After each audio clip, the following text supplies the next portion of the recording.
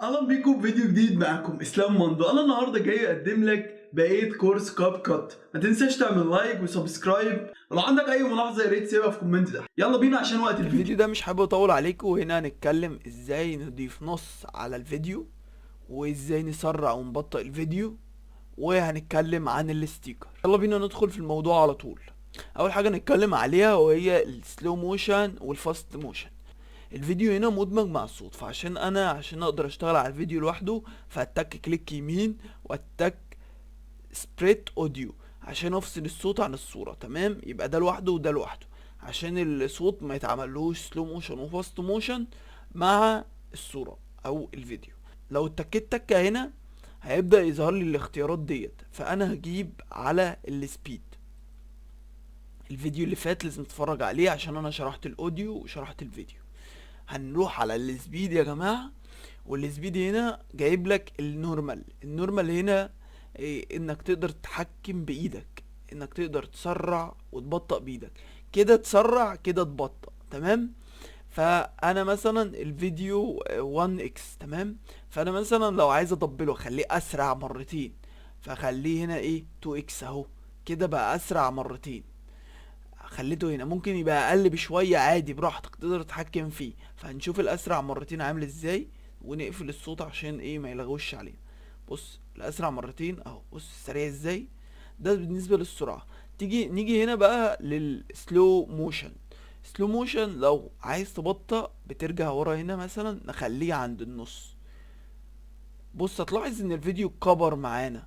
بص بقى كل حاجة بقت سلو موشن ازاي، كل حاجة بقت بطيئة. ممكن تبطأ جزء معين، يعني انا مثلا عايز ابطأ من هنا لهنا.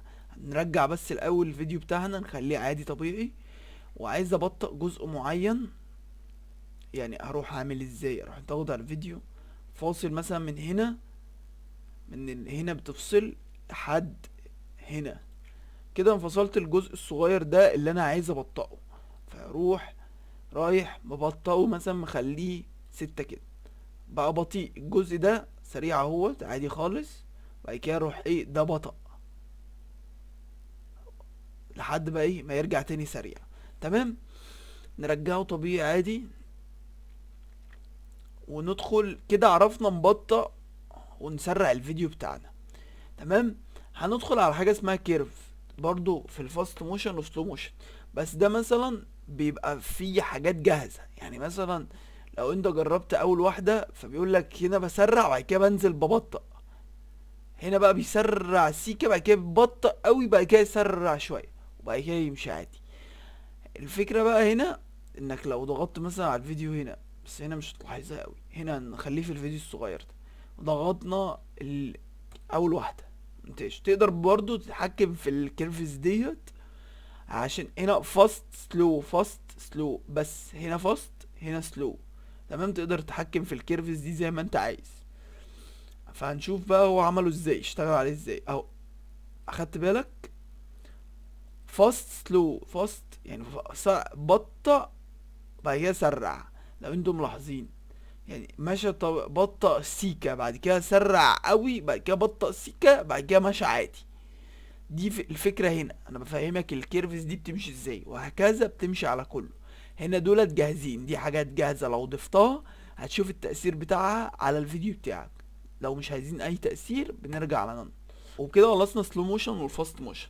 نيجي بقى لو انا عايز اضيف كتابة على الفيديو. اضافة الكتابة على الفيديو بروح على القايمة اللي فوق هنا واتك على تكست. اول ما اتك على تكست تظهر القايمة دي.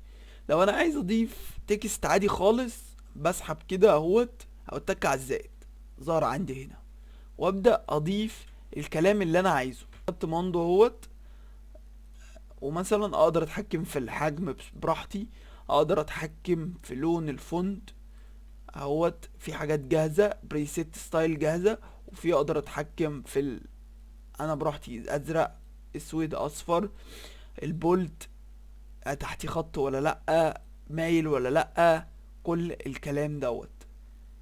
البابل دوت يعني بيبروز لك الكلام بتاعك. بالنسبه للبابل، بالنسبه للافكت فهو تأثير على الكلام نفسه. لو واخدين بالكم بيغير الكلام نفسه، ملوش دعوه بالايه بابل، او ملوش دعوه بالخلفيه الخلفية بتاعة الكلام. تمام، دي الحاجات الأساسية بتاعتنا بالنسبة للسايز بتاعنا والسكيل، وهنا بالنسبة للشفافية بتاعة الكلام. ده البيزكس بتاعنا، وده الشادو. لو انت عايز تضيف شادو بتاعي، افعل الشادو بتاعي. شفت الشادو بتاعي عمل ازاي؟ ظهر اهو. وهنا بالنسبة لو انت عايز تتحكم في الفونت بتاعك، شايف عندك كتير فونتات جاهزة، تقدر تضيف عليك اي فونت او تنزله. لو مش متنزل عندك تقدر تنزله. تمام، كده عرفنا ان هنا الفونت، وهنا السايز بتاعك، حجم الكلام.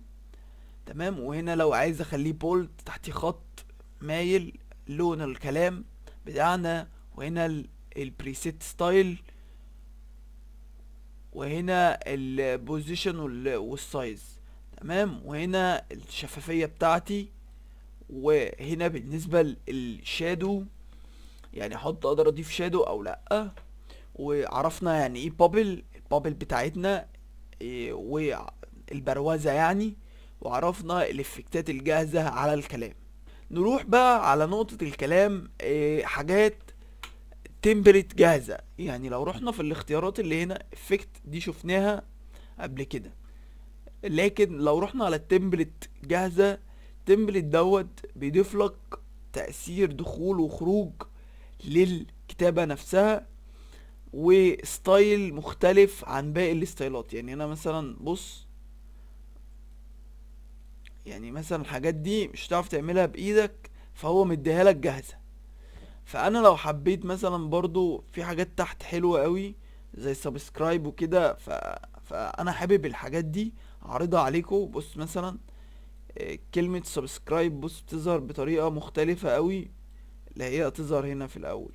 بص كلمة سبسكرايب تظهر بشكل ستايل مختلف. كلمة سبسكرايب هنا بقى افكت برضو مختلف. كل الحاجات دي تقدر تتحكم فيها لو اتكيت هنا عليها، او رحت عليها هنا واتكيت تكة، تقدر تتحكم في حجمها، في دورانها. تك عليها في دورانها كده، في دورانها كده وحجمها براحتك.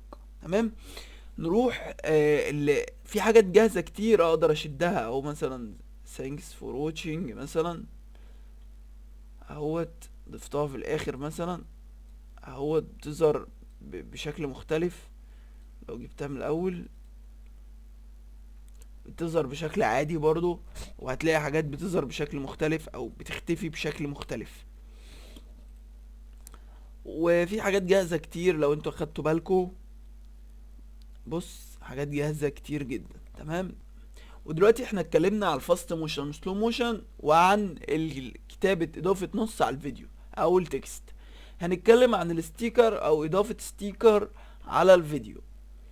ازاي اضيف ستيكر؟ الموضوع سهل وبسيط جدا. انت لو رحت على القائمة اللي فوق وتكيت كلمة ستيكر، هتظهر معاك الاشكال الجميلة ديت. تقدر تضيف اي شكل، تمسكه تسحبه تحطه تحت في التايم لاين، واهوت الستيكر ظهر.